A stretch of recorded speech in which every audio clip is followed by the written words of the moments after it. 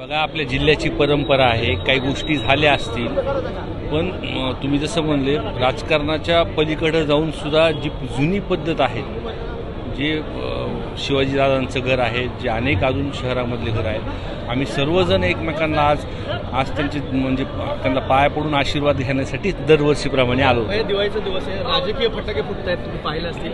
जर राजकीय फटाका फुटायचा असेल तर काय असणार तुमचं वाटतं? नाही, राजकीय फटाका फोडण्यासारखं नाही. आज परिस्थिती अशी आहे बघा की जी अतिवृष्टी झाली आहे, आज शेतकऱ्यांच्या खात्यावरती पण पैसे नाही आणि शेतकरी बांधव सगळे आशेने बघतात आहे की त्यांचे डोळे पुसायला कुणी येत आहे का. बरं, आता काय असणार आहे तुमची शुभेच्छा, काय असणार आहे पूर्ण बीडच्या जनतेला? नाही, आमच्या शुभेच्छा बीडच्या जनतेला आहेत. या प्रसंगातून ईश्वरालाही प्रार्थना करतो की ह्याच्यातून सावरण्याची आमचे शेतकरी बांधव असतील किंवा ज्या अतिवृष्टीमध्ये शहरामध्ये सुद्धा जे काही नुकसान झाले त्याच्यातून आम्ही बाहेर पडावं. जे विरोधक असतील आणि जे सध्या सत्ताधारी आहेत त्यांना काय कशा शुभेच्छा असणार तुमच्या दिवाळीच्या? नाही, दिवाळीच्या पाडव्याच्या सर्वांना मनापासून शुभेच्छा.